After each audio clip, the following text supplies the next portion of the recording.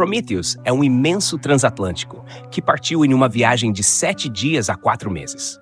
O navio inteiro e seus 2.000 passageiros estão desaparecidos desde então. Isso se tornou um grande escândalo na Europa, porque os passageiros da primeira classe eram pessoas importantes e bem conhecidas. Rumores sobre o que aconteceu com o navio circulam por todo o continente, mas todas as tentativas de encontrar o transatlântico falharam. A cena de abertura nos mostra uma mulher chamada Maura correndo pelos corredores de um hospital psiquiátrico. Ela está fugindo de seu pai, xingando-o por ter feito algo com seu irmão. Maura menciona vagamente um navio perdido e acusa seu pai de matar muitas pessoas. O navio de que ela está falando é o Prometheus. Na cena seguinte, Maura acorda e assume que estava apenas sonhando. No entanto, as marcas em seu pulso que ela fez no hospital dizem o contrário. Maura se lembra vagamente do que aconteceu com ela, mas a maior parte disso é apenas uma névoa. É quase como se alguém tivesse apagado os últimos meses de sua memória. Atualmente, ela está a bordo de outro navio a caminho da América, vindo da Inglaterra. Este navio também está em uma viagem de 7 dias e transporta mais de 1.000 passageiros. As pessoas da primeira classe são os passageiros de alta classe, enquanto aqueles das classes média e trabalhadora são, na maioria, refugiados, criminosos ou andarilhos. Eles vivem no compartimento compartilhado mais baixo e recebem menos comida, enquanto os passageiros da primeira classe são servidos com as melhores iguarias do mundo. O que ninguém sabe é que cada passageiro a bordo tem um segredo que está escondendo. Maura é uma das passageiras da primeira classe e está aqui porque recebeu uma carta há alguns dias. A carta era de seu irmão. Nela, ele pede que Maura vá até Nova York, afirmando que sabe o que o pai deles fez. Esta é a razão pela qual Maura está a bordo do navio, mesmo estando em mau estado de saúde e mentalmente instável. Maura olha para o espelho e se lembra de qual é o seu nome, para não esquecê-lo caso alguém tente falar com ela. Na área de jantar estão um casal recém-casado, Lucian e Laura. Como o casamento foi um arranjo feito pelos pais deles, eles não se amam. Lucian, por sua vez, tem os olhos voltados para uma prostituta japonesa a bordo. Enquanto isso, a dita prostituta está com sua mãe, vestida com um tradicional kimono japonês, mas falando cantonês. Acontece que elas estão fingindo ser japonesas para ter uma vida melhor no exterior. Maura está sentada sozinha quando uma mulher chamada Miss Eve se senta ao seu lado. Eve é a dona da prostituta e está levando-a para a América para vendê-la a um bordel. Maura fica irritada quando Eve começa a ser intrusiva com suas perguntas, mas as duas são interrompidas pela chegada de um homem. Ele é um trabalhador humilde da classe inferior, que nem mesmo pode olhar para os passageiros da primeira classe. Ele pergunta se há um médico a bordo, porque sua irmã está morrendo no compartimento inferior. O homem é levado pelos guardas, mas Maura o segue, revelando que é uma médica. Ela vai para o compartimento inferior e ajuda a mulher grávida. As pessoas ficam céticas, mas a irmã mais nova dela confia em Maura. Quando a mulher para de sentir dor, a experiência de Maura é comprovada e ela sai silenciosamente. É quando ela conhece o capitão do navio. Ele perdeu a esposa e as filhas em um incêndio em sua casa há 2 anos e ainda está de luto pelas mortes delas. O capitão conversa com Maura por um tempo antes de serem interrompidos por seus assistentes. Eles revelam que têm recebido um sinal de algum lugar próximo que mostra as coordenadas de um local. O capitão tem motivos para acreditar que o sinal está vindo do navio perdido. Para investigar, ele desconsidera os passageiros e vira o navio. Maura vai conversar com o capitão e pergunta se ele acha que alguém no navio perdido pode estar vivo, já que eles estavam desaparecidos há 4 meses. O capitão sabe que é improvável, mas espera que tenham racionado a comida e sobrevivido. Depois que Maura sai, o capitão tira um envelope semelhante ao que ela recebeu de seu irmão. Este é de alguém chamado Eile. Um tempo depois, o capitão aborda a situação com os passageiros da primeira classe e lhes diz que está virando o navio para chegar às coordenadas. A maioria deles não está feliz com a decisão, mas o capitão permanece firme. Algumas horas depois, eles finalmente chegam às coordenadas e confirmam que é de fato o navio perdido. O capitão ordena que seus assistentes abaixem um bote salva-vidas e escolhe um grupo para acompanhá-lo até o navio perdido. O grupo é composto por 2 homens da classe baixa, Oleg e Jerome, Maura e mais algumas pessoas para manter a vigília. Quando finalmente chegam ao navio perdido e sobem, ficam chocados ao ver que não há ninguém. Nem mesmo um corpo morto está em lugar algum e o navio inteiro parece estar abandonado. O capitão está especialmente confuso sobre como receberam o sinal, pois o dispositivo usado para isso está destruído. De repente, Maura nota um besouro se movendo no chão e o segue. O inseto a leva até uma sala perto de um armário trancado. Maura abre cuidadosamente e fica chocada quando um menino pequeno sai de lá. Ele não fala nem demonstra emoções, mas está segurando uma estranha pirâmide. Perguntas sobre sua sobrevivência surgem entre o grupo antes de levá-lo até o barco. Maura concorda em mantê-lo seguro em seu quarto e cuidar dele, já que ela é médica. Na manhã seguinte, todas as bússolas do navio param de funcionar. As pessoas se perguntam se sofrerão o mesmo destino dos passageiros do navio perdido e até o capitão não sabe o que fazer a seguir. Enquanto isso, Maura está ocupada cuidando do menino. Ela retorna ao seu quarto com comida para ele e encontra um estranho parado fora da sua porta. O homem rapidamente se desloca para outra porta e explica que ouviu gemidos de seu quarto e queria verificar como ela estava. Ele também se apresenta como Daniel, seu vizinho. Maura pergunta ao homem se eles já se encontraram antes, pois ele parece familiar. Mas ele desvia da conversa e entra no seu quarto. Depois disso, Maura pergunta ao menino o que ele estava fazendo no navio. No entanto, o menino permanece em silêncio e lhe entrega a pirâmide com a qual foi encontrado. Parece que ele está tentando comunicar algo com ela, mas ela mal consegue interpretar. Enquanto isso, o capitão acredita que tudo relacionado ao navio perdido tem a ver com a empresa do navio. Antes da viagem, ele recebeu uma carta da empresa que tinha apenas 2 palavras: afundar navio. Ele acha que a empresa quer que eles afundem o navio recentemente encontrado para esconder seus erros. Sua equipe acha que ele está pensando demais. O capitão é questionado sobre o que quer fazer agora. Os passageiros e até mesmo sua própria tripulação estão começando a questionar sua autoridade, pois o navio não se moveu. Em tais condições, sua saúde mental se deteriora e ele começa a ouvir o som de sua filha cantando. Seguindo o som, ele chega ao quarto onde sua esposa e filhas morreram.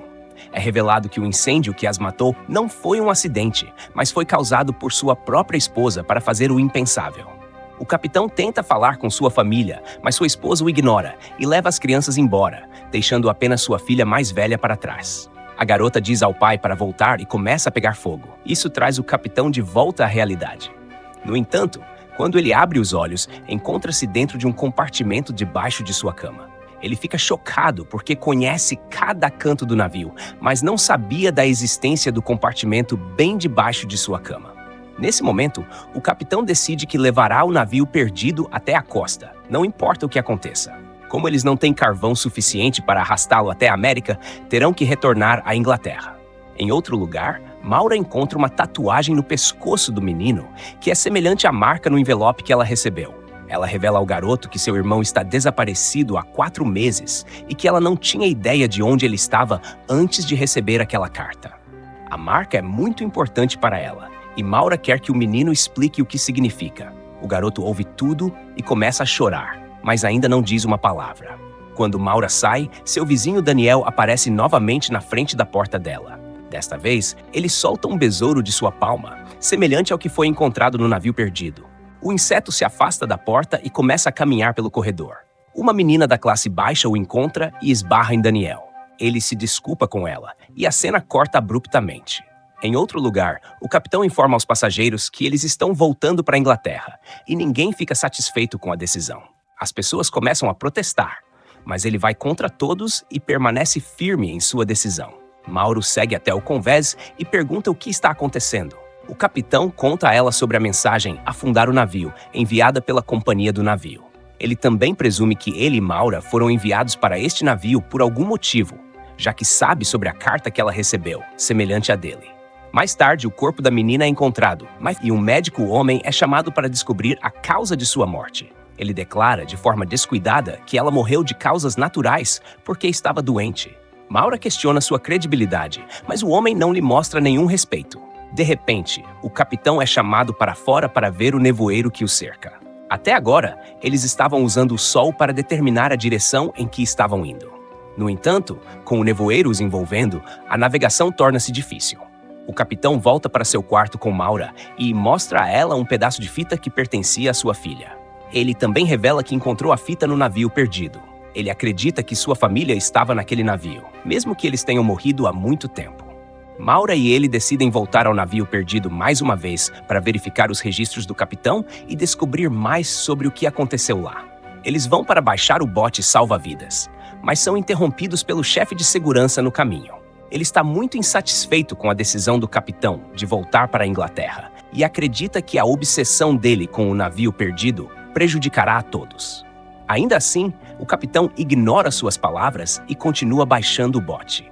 Depois que eles partem, o chefe de segurança e o segundo em comando do capitão decidem incitar as pessoas contra ele.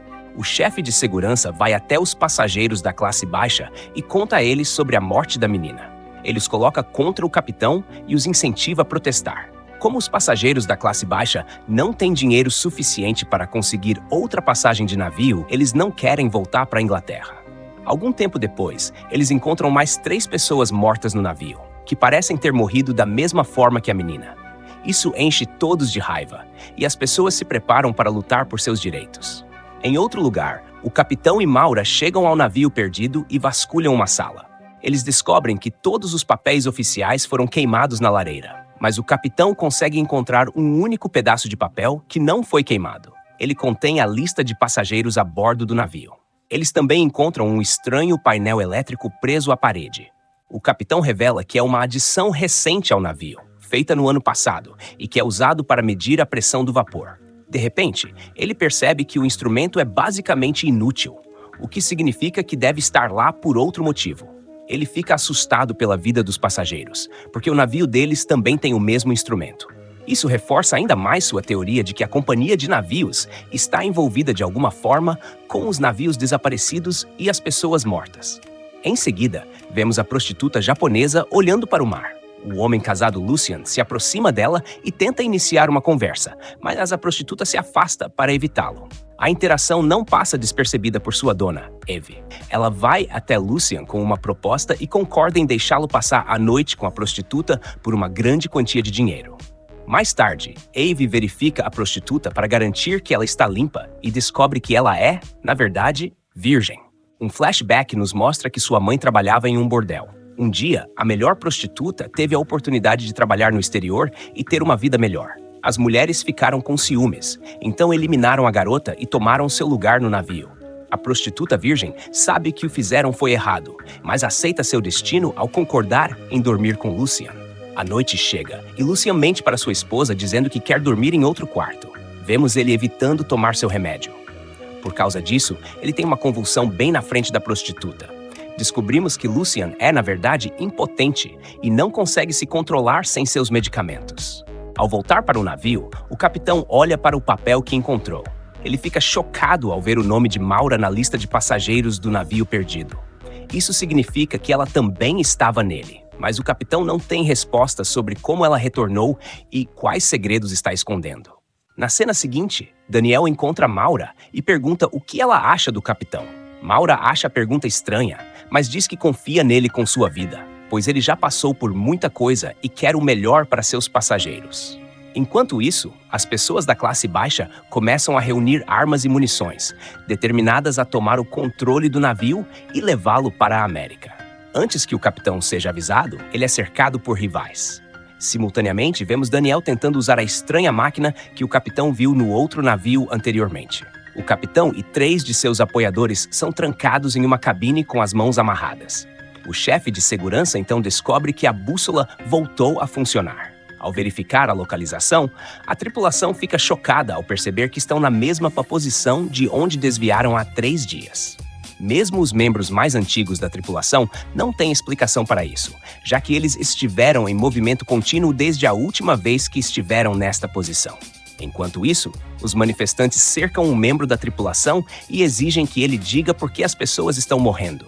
Com medo, o homem revisa tudo o que aconteceu no navio desde que receberam o sinal do navio fantasma. Quando o grupo descobre que isso aconteceu, depois que o garoto foi resgatado, eles culpam as mortes nele, presumindo que ele trouxe uma doença. Os manifestantes rugem de raiva e partem para procurar o garoto e eliminá-lo. Primeiro, eles vão ao quarto de Maura, mas o encontram vazio. Depois de procurar por todos os lados e confirmar que o garoto não está lá, eles trancam Maura e vão embora para verificar os outros quartos. Enquanto Maura fica preocupada com o menino, ela ouve um barulho vindo debaixo da cama. Ela move a cama para dar uma olhada e encontra um compartimento escondido, semelhante ao que está debaixo da cama do capitão. O menino sai do compartimento e Maura solta um suspiro de alívio. Um após o outro, os manifestantes trancam os passageiros da alta classe em seus quartos. Maura tenta abrir a fechadura, enquanto o menino observa sua luta. Então ele traz um besouro e o inseto magicamente destranca a porta por fora. Maura fica atônita, mas não tem tempo suficiente para pensar sobre o assunto. Eles correm para o bote salva-vidas e se reúnem com o capitão e seus apoiadores. Acontece que ele escapou do quarto onde estavam trancados ao rastejar por um duto de ventilação. Atualmente, o grupo está planejando fugir no bote salva-vidas. Maura tenta se juntar a eles, mas o capitão está desconfiado depois de ter visto o nome dela na lista de passageiros do navio Fantasma. Antes que o grupo consiga baixar o bote salva-vidas, os manifestantes chegam e levam o menino embora para eliminá-lo. Começa a chover forte enquanto eles se preparam para sacrificar o garoto. No entanto, ele não parece estar assustado, quase como se tivesse aceitado seu destino. Segundos antes de o eliminarem, o capitão e seus apoiadores vêm em seu socorro. Uma luta começa entre os dois grupos, e muitas pessoas ficam feridas. Maura faz o melhor que pode para chegar até o garoto, mas uma mulher o joga para fora do navio antes que ela consiga. Algum tempo depois, o grupo do capitão cuida de seus ferimentos no saguão. Maura ainda está em choque e horrorizada, pois havia criado uma conexão com o garoto durante o tempo que passaram juntos. Tendo chegado ao seu limite, o capitão confronta Maura por fingir não saber de nada e mostra os nomes na lista de passageiros do navio Fantasma. Maura fica chocada porque não se lembra de ter estado no navio. Ela tenta desacreditar o papel, mas para quando o armário próximo faz um barulho. Todos assistem em choque enquanto o garoto sai do armário, segurando a estranha pirâmide como fez no navio Fantasma. O episódio termina quando ele caminha até Maura e a abraça. Inscreva-se para mais vídeos como este, ative as notificações e deixe um like para ajudar o canal. Obrigado por assistir.